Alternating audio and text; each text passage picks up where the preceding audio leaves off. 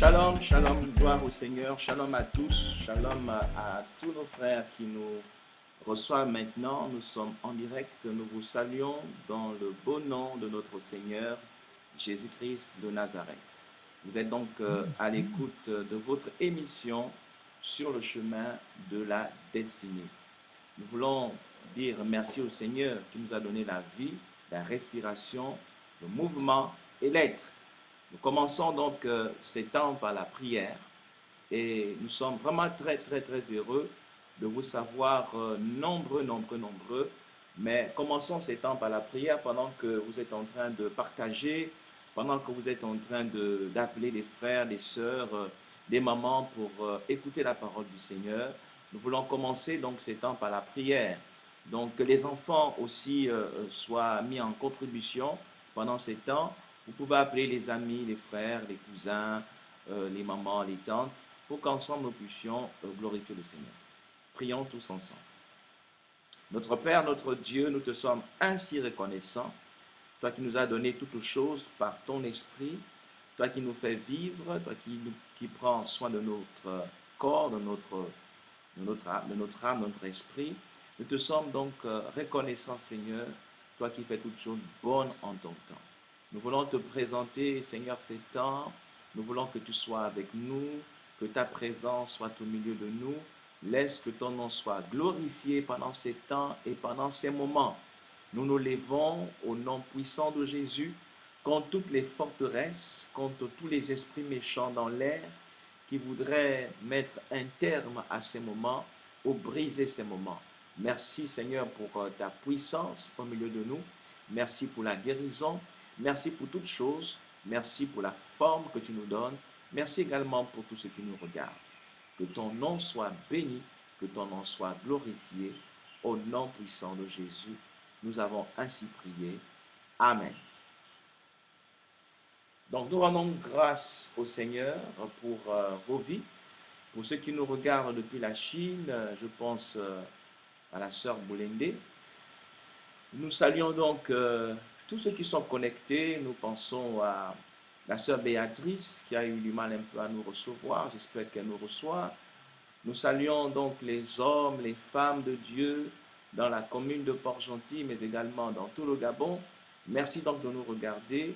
Merci de partager cette vidéo parce qu'en fait le but c'est pour que le plus grand nombre puisse entendre la parole de Dieu, pour que le plus grand nombre soit sauvé. Parce que nous prêchons l'évangile, sinon le plein évangile. Donc tout à l'heure, nous aurons un petit temps où nous allons prier pour vous. Nous prierons aussi pour ceux qui n'ont jamais accepté Christ. Et nous voulons dire que pendant ce temps de confinement, les églises sont fermées, c'est-à-dire les bâtiments sont fermés, mais l'église, le corps de Christ, est bien et bien vivant. Que Dieu vous bénisse et que Dieu vous accorde la sagesse et l'intelligence pendant ces moments.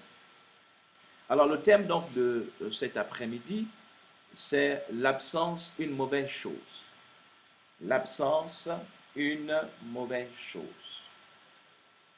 Alors le texte que nous allons lire ensemble est assez long. C'est une portion de la Bible qui se trouve dans l'évangile de Saint Jean. L'évangile Saint Jean au chapitre 20, du premier verset au verset 2. Ensuite nous prendrons une autre portion qui commencera à partir du verset 11 au verset 29. Ce sera assez long, mais ce sera important pour nous quand même de connaître ce qui s'est réellement passé ce jour-là. Donc, Jean chapitre 20, le verset 1 au verset 2. Ensuite, nous commencerons au verset, au verset 11 jusqu'au verset 29. Lisons donc tous ensemble ce passage. Le premier jour de la semaine, Marie de Magdala se rendit au sépulcre dès le matin, comme il faisait encore obscur, et elle vit que la pierre était ôtée du sépulcre. Elle courut vers Simon-Pierre et vers l'autre disciple que Jésus aimait. Et il leur dit, ils ont enlevé du sépulcre le Seigneur et nous ne savons où ils l'ont mis. Verset 11. Cependant, Marie se tenait dehors, près du sépulcre, et pleurait.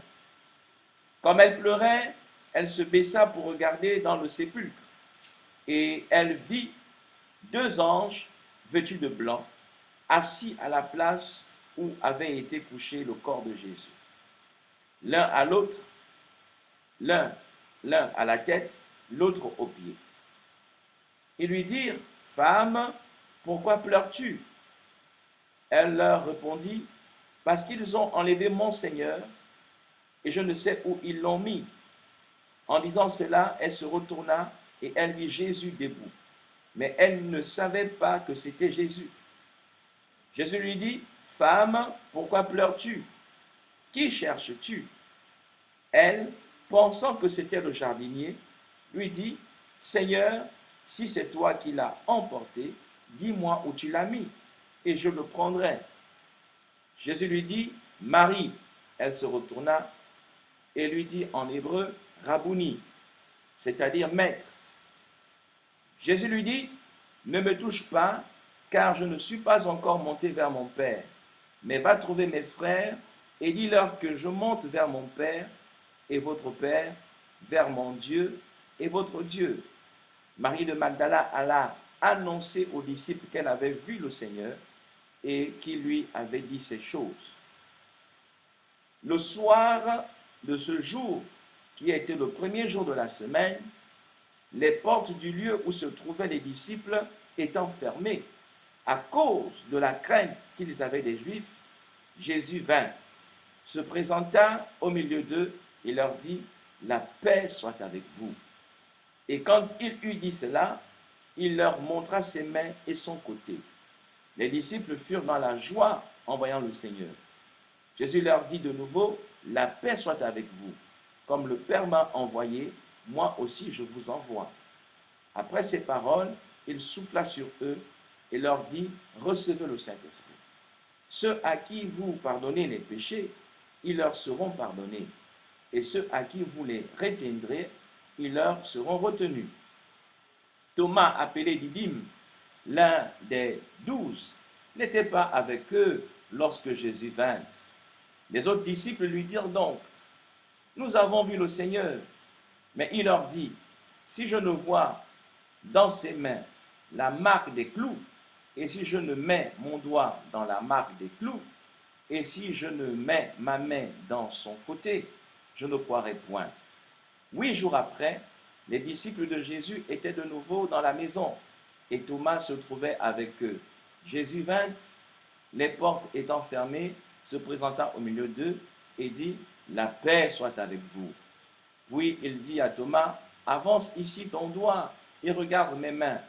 Avance aussi ta main et mets-la dans mon côté, et ne sois pas incrédule, mais crois. » Thomas lui répondit, « Mon Seigneur et mon Dieu. » Jésus lui dit, « Parce que tu m'as vu, tu as cru. Heureux ceux qui n'ont pas vu et qui ont cru. » Amen. Alors, ce texte assez long est un texte très important. Donc, le thème de ce soir, l'absence, une mauvaise chose. Bien-aimés dans le Seigneur, nous sommes dans un temps de confinement dû à la pandémie du Covid-19. Et donc, nos églises, nos bâtiments qui nous servent de lieu de culte ont été, par la force des choses, fermés. Mais comme je l'ai dit précédemment, l'Église, c'est vous et moi.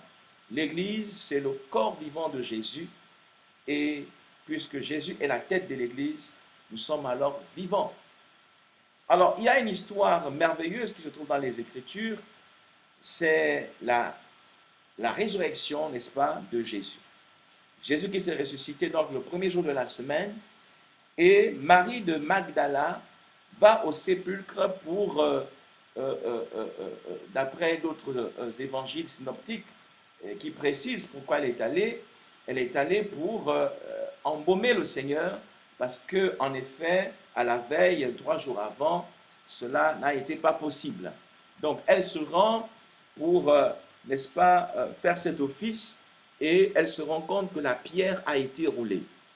La pierre étant roulée, Marie de Magdala court donc vers les disciples, et en particulier vers Simon-Pierre et le disciple dont on ne nomme pas le nom, mais nous supposons donc que c'est Jean, le disciple que Jésus aimait.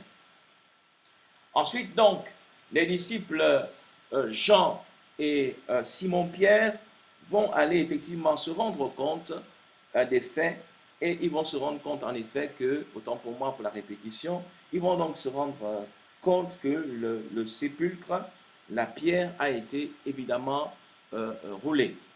Et ils vont également se rendre compte que le corps du Seigneur avait effectivement disparu. Alors ils sont rentrés tranquillement chez eux. La Bible dit que ce disciple dont on ne cite pas le nom, a cru.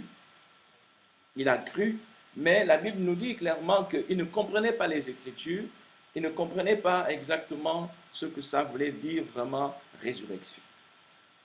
Donc un peu plus tard, Marie va rester donc devant le sépulcre, et elle va commencer à se lamenter. La Bible dit qu'elle pleurait, jusqu'à ce qu'elle va se rendre compte que dans le sépulcre, il y avait des personnes, une présence angélique.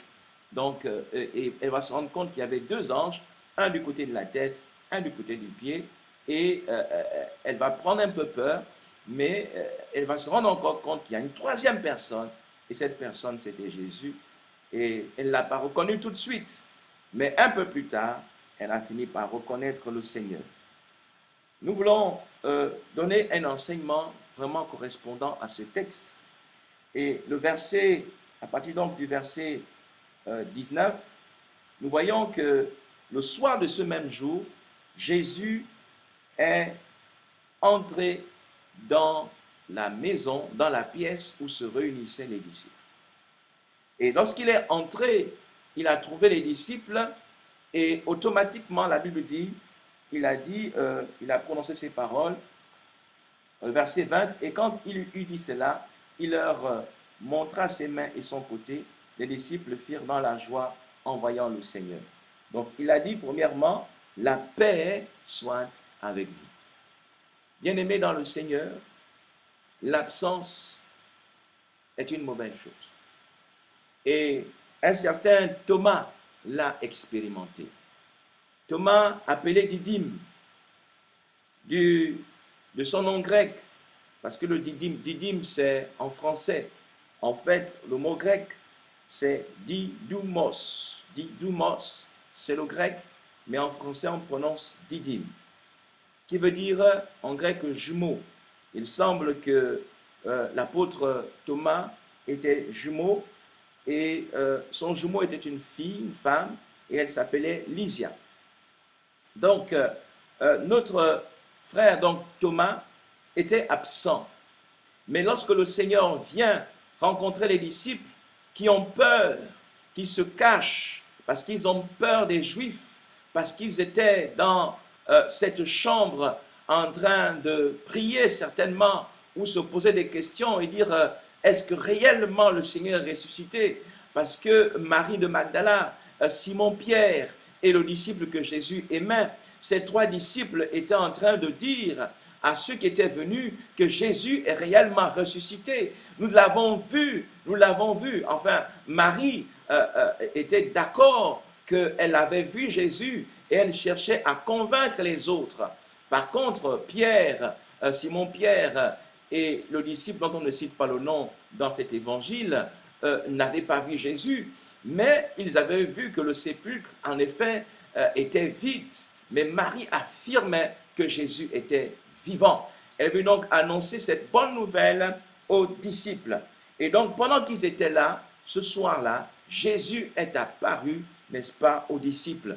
Et voyez-vous, lorsque un homme qui était mort, dont on a constaté la mort, vous apparaît, eh bien, c'est la peur. C'est pourquoi tout de suite, Jésus dit, la paix soit avec vous. L'absence n'est pas une bonne chose. Quelqu'un était absent ce jour-là, c'était Thomas.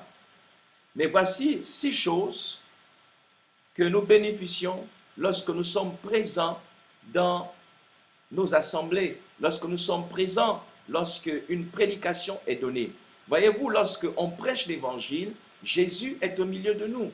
Lorsque les chrétiens et les chrétiennes sont assemblés, Jésus est au milieu de nous. Voyez-vous, Jésus n'a pas besoin d'apparaître, mais il nous a montré, et l'apôtre Paul dans 1 Corinthiens chapitre 15 nous dit qu'il a apparu à plus de 500 disciples. Donc, Jésus apparaît, vient au milieu de nous lorsque nous sommes réunis, lorsque nous sommes ensemble. Et pendant que certains d'entre nous sommes ensemble dans la prière, parce qu'il y a des familles qui se réunissent, il y a papa, maman, les frères, les sœurs qui se réunissent dans les maisons. Pendant que vous vous réunissez, quelquefois vous avez peur. Et je voudrais vous dire aujourd'hui que la paix soit avec vous. Lorsque vous vous réunissez, selon Matthieu chapitre 11, verset 28, qui nous dit clairement que venez à moi, vous êtes fatigués et chargés, vous donnerez du repos. Jésus vient donner la paix lorsque nous sommes ensemble. Jésus apporte la paix. Il n'y a pas de raison que lorsque vous êtes en prière, lorsque vous êtes en train de prier, lorsque vous êtes ensemble, que la peur règne au milieu de vous. Donc la première chose, le premier bénéfice qu'un enfant de Dieu a de la présence de Jésus, c'est d'abord la paix. La paix du Seigneur. Jésus entre et il dit, la paix soit avec vous. Donc à chaque fois que les parents se réunissent avec des enfants dans la maison, sachez premièrement que ce que Jésus amène dans votre maison, c'est la paix. C'est la paix. La paix doit régner au milieu de vous. C'est pourquoi nous disons shalom. Shalom au peuple de Dieu. Shalom au peuple de Dieu confiné. Même si vous êtes confiné, sachez que Jésus est au milieu de vous. Il a montré une preuve que le jour où il est ressuscité, dans la soirée, il est apparu, n'est-ce pas, aux disciples qui étaient réunis ces jours-là. Donc le premier bénéfice de la présence du Seigneur, c'est sa paix. Dieu nous donne sa paix. Dieu nous donne sa paix. Merveilleux Jésus, merveilleux Jésus. Il nous donne sa paix. Il nous donne sa paix. Et quand il est rentré dans la salle, le verset 20 nous dit, et quand il lui dit cela, il leur montra ses mains et son côté. Les disciples furent dans la joie en voyant le Seigneur. Deuxième bénéfice que nous avons lorsque nous sommes dans la présence de Dieu, nous avons la joie du Seigneur. Nous avons sa joie. Dieu nous donne sa joie malgré le confinement, malgré, une journée peut-être difficile dans votre entreprise, peut-être une journée compliquée, mais quand vous êtes dans la présence du Seigneur, le Seigneur vous donne sa joie. Nous sommes en train de voir les 6 bénéfices de la présence du Seigneur. Lorsque vous êtes assemblés, lorsque vous êtes dans votre chambre et que vous priez, le Seigneur vient et il vient premièrement avec sa paix, deuxièmement avec sa joie.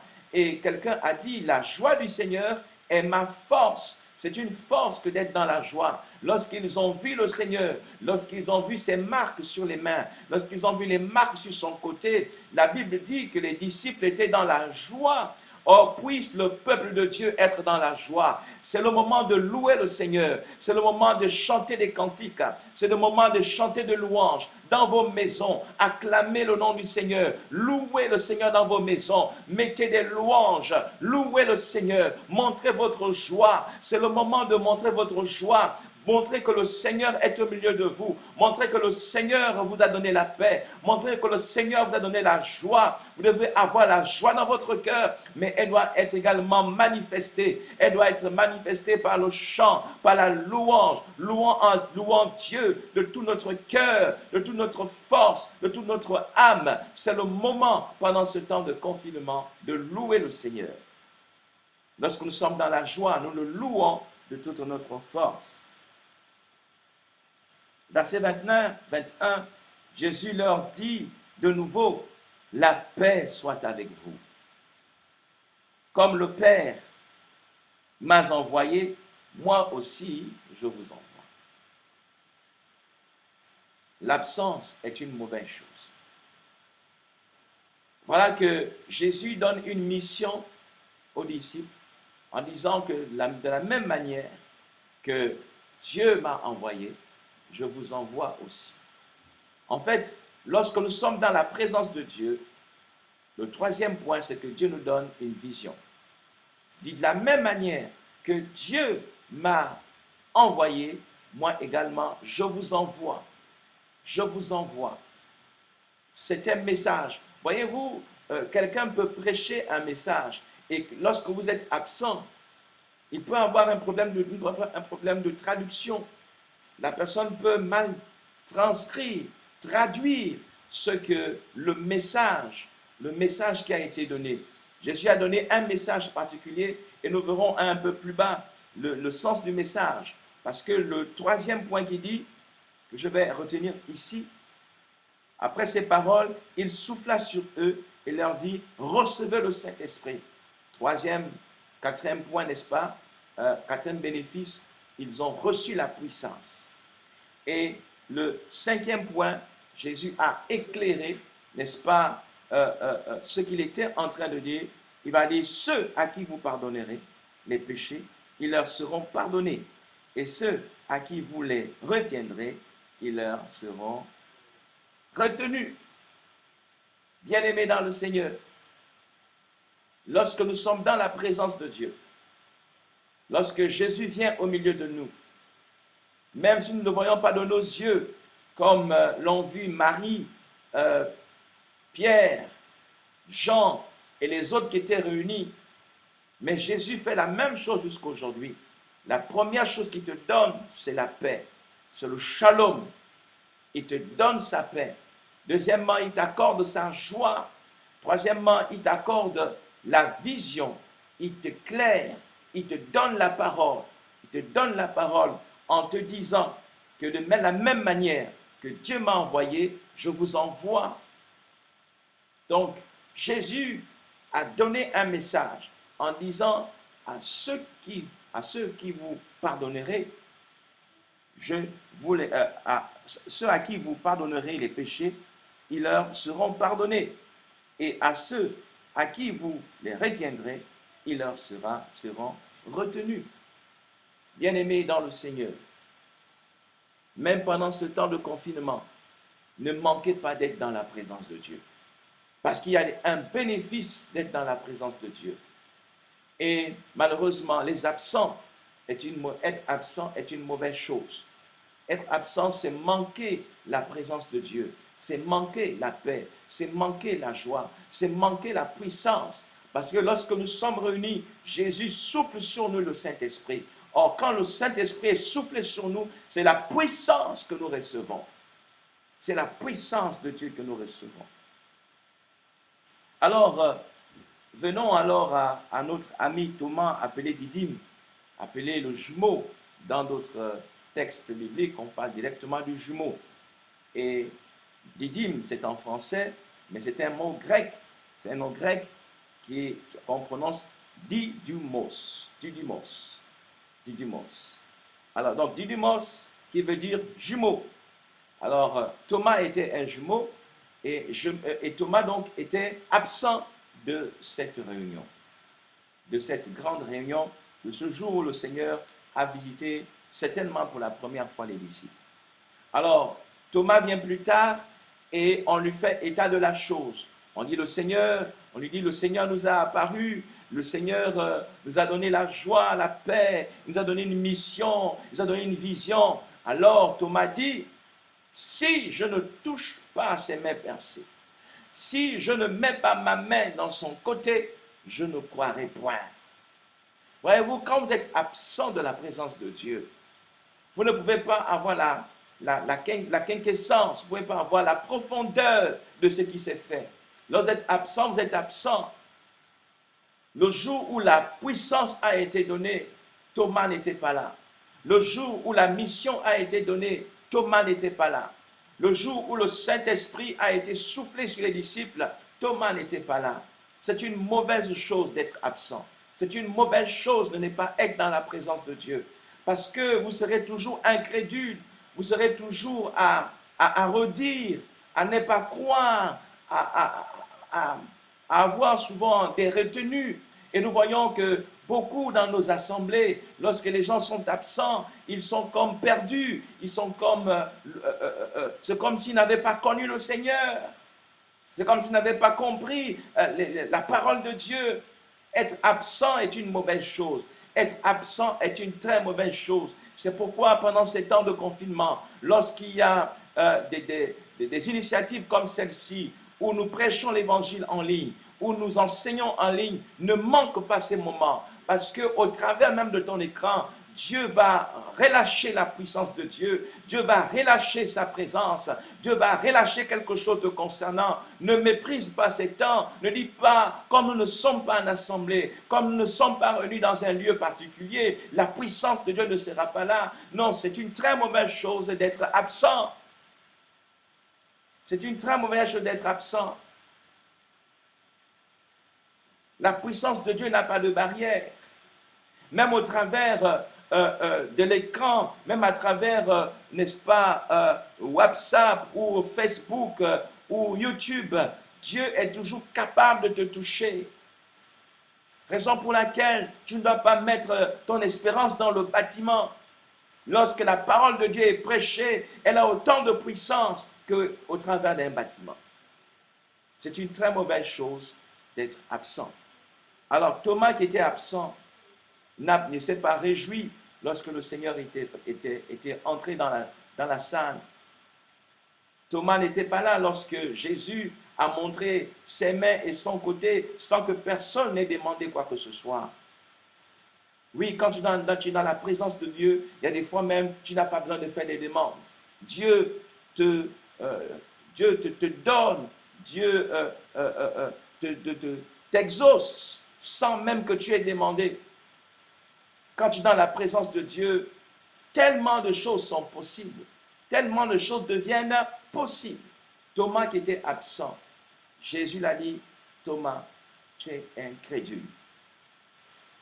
Et il a dit cette parole que nous connaissons tous, heureux ceux qui croient sans avoir vu. Parce que tu m'as vu, tu as cru. Mais heureux ceux qui n'ont pas vu et qui ont cru. Oui, bien-aimés, c'est une mauvaise chose d'être absent. Soyez présents dans la présence de Dieu. C'est le temps de s'organiser, de vous organiser vous-même, de faire des temps de prière personnelle dans votre chambre. Vous êtes en train de louer Dieu. Vous êtes en train de chanter des louanges au Seigneur. Et le Seigneur vient. Parce qu'il est écrit, là où 2 ou 3 sont assemblés à mon nom, je me tiens au milieu d'eux. Pendant ce temps de confinement, je voudrais ce soir encourager une famille, encourager un frère, encourager une sœur. Pendant ce temps de confinement, Jésus est toujours vivant, il n'est pas mort. Jésus n'est pas mort avec le coronavirus. Jésus n'a pas fui le coronavirus.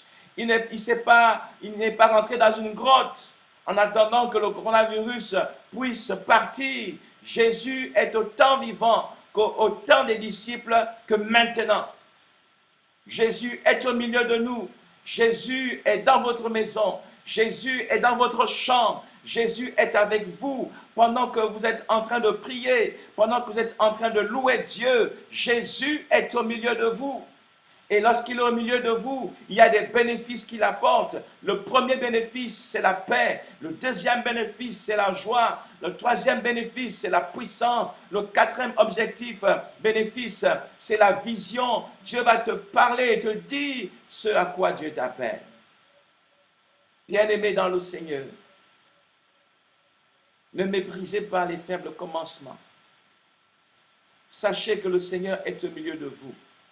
Lorsque vous sortez de votre emploi, lorsque vous sortez de votre travail, sachez que le Seigneur est avec vous. Lorsque vous entrez chez vous, la puissance de Dieu est disponible. La présence de Dieu est disponible. La paix de Dieu est disponible. La joie de Dieu est disponible. Nous avons besoin de joie pendant ce moment de tristesse. Pendant ces moments de confinement. Pendant ces moments où les femmes et les hommes sont confinés, sont comme, pas peut-être des prisonniers, mais sont contraints de rester dans leur maison. Pendant que tu es dans ta maison, Jésus peut apparaître. De la même manière que les disciples, ils avaient peur des Juifs, ils avaient peur, donc ils se sont confinés volontairement. Ils étaient dans le confinement, et là, Marie de Magdala vient leur annoncer que Jésus est vivant. C'est comme si quelqu'un venait vous annoncer que, oh bien-aimé, le coronavirus est mort, c'est fini. Et d'ailleurs, je le déclare ce soir, le coronavirus n'a pas de pouvoir sur vous, il est mort. Il est mort parce qu'il y a 2000 ans, Jésus, par ses marques, par ses maîtrissures, nous a guéris de toutes sortes de maladies. Parce qu'il a porté sur lui nos maladies et nos souffrances. Le coronavirus ne va pas te gâcher la vie, de sorte de t'enlever, de te sortir de la présence de Dieu. Bien-aimés dans le Seigneur, vous qui avez peur du coronavirus, trouvez la paix, trouvez le shalom dans la présence de Dieu. Vous qui avez peur de perdre votre emploi pendant ces moments de confinement où les entreprises, certaines entreprises ont fermé, certaines entreprises ont mis certaines personnes en stand-by. Vous avez peur, vous vous dites, est-ce que réellement je serai repris dans le travail? Je voudrais te dire, shalom, que la paix du Seigneur soit avec toi. Pendant que tu es dans ta maison, pendant que tu es confiné, je voudrais te dire que la paix soit avec toi, que la paix soit avec toi, que la joie soit avec toi, que la puissance de Dieu par le Saint-Esprit soit avec toi, que pendant ces temps de confinement, pendant que la présence de Dieu est là, que tu reçoives une direction de la part du Seigneur, que tu reçoives une parole, que tu reçoives une vision de ta vie, pendant ce temps que tu reçoives des songes, que tu reçoives des visions, pendant que tu vas dormir, pendant que tu seras en train de te reposer, que Dieu te montre ce qui va se passer dans ta vie, dans quelques jours, dans quelques semaines. Garde cette espérance, garde la foi, reste connecté au Saint-Esprit, parce que le Seigneur a quelque chose de merveilleux qu'il a préparé pour toi. Bien-aimé dans le Seigneur, c'est une mauvaise chose d'être absent. Lorsque le Seigneur vient et quand tu es absent, c'est une très mauvaise chose. Dans Genèse chapitre 2, alors que Dieu vient rencontrer Adam et Ève, il se rend compte que Adam et Ève sont absents du lieu de leur rencontre. Alors il crie, Adam, Adam, Adam, Adam. Dieu savait bien qu'il était caché quelque part avec des feuilles de figuier autour de lui, mais il l'appelle quand même. Il dit, Adam, Adam, où es-tu? Où es-tu, Adam? Où es-tu? Je suis en train de parler à quelqu'un. Certainement tu as péché contre Dieu et tu n'arrives plus à entrer dans la présence de Dieu. Tu ne veux même plus prier parce que le péché t'empêche de prier. Parce que ce que tu as commis comme péché te cache devant la présence de Dieu. Lorsque tu entends parler de Dieu, tu veux te cacher. Tu ne veux même pas que les gens te regardent, te voient. Lorsque tu vois des frères en Christ, tu te caches. Je voudrais te dire ce soir que Dieu t'appelle. Dieu t'appelle encore aujourd'hui. Il t'appelle par ton nom et te demande de venir à lui. De venir à lui. Selon Matthieu 11, 28, venez à moi, vous tous qui êtes fatigués et chargés, et je vous donnerai du repos, je vous donnerai la paix, je vous donnerai le shalom. Reviens dans la présence de Dieu, ma soeur. Reviens dans la présence de Dieu, mon frère. Il n'y a point de péché que Dieu ne peut pardonner, si ce n'est le blasphème contre le Saint-Esprit. Mais nous ne sommes pas à ce niveau. Quel que soit le péché que tu as commis, quelle que soit la faute que tu as commise, reviens dans la présence de Dieu. Parce que quand tu reviendras dans la présence de Dieu, la première chose que le Seigneur te dira, c'est shalom. Il te donnera sa paix. Il te donnera ensuite sa joie, parce qu'il t'aura pardonné tes péchés. Alors la joie du Seigneur va remplir ton âme, va remplir ton esprit. Celui qui est absent n'a pas ces choses. et n'accepte pas d'être absent pendant ces temps de confinement. Ce n'est pas le moment d'abandonner le Seigneur, c'est le moment de rester dans sa présence. Bien-aimés dans le Seigneur, sachez, et je vais terminer par là, que le tort de Thomas était d'être absent. Le tort de Thomas, c'était d'être absent. Lorsque vous êtes absent, vous manquez beaucoup de choses. Beaucoup de choses.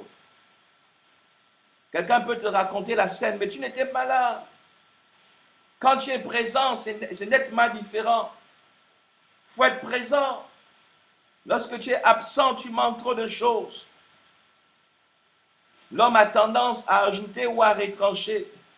Lorsqu'il fait le récit de ce qui s'est passé, il va ajouter ce qu'il a compris. Mais quand tu es présent, c'est autre chose. Soyez présent dans la présence de Dieu. Dieu te cherche, Dieu veut te parler personnellement.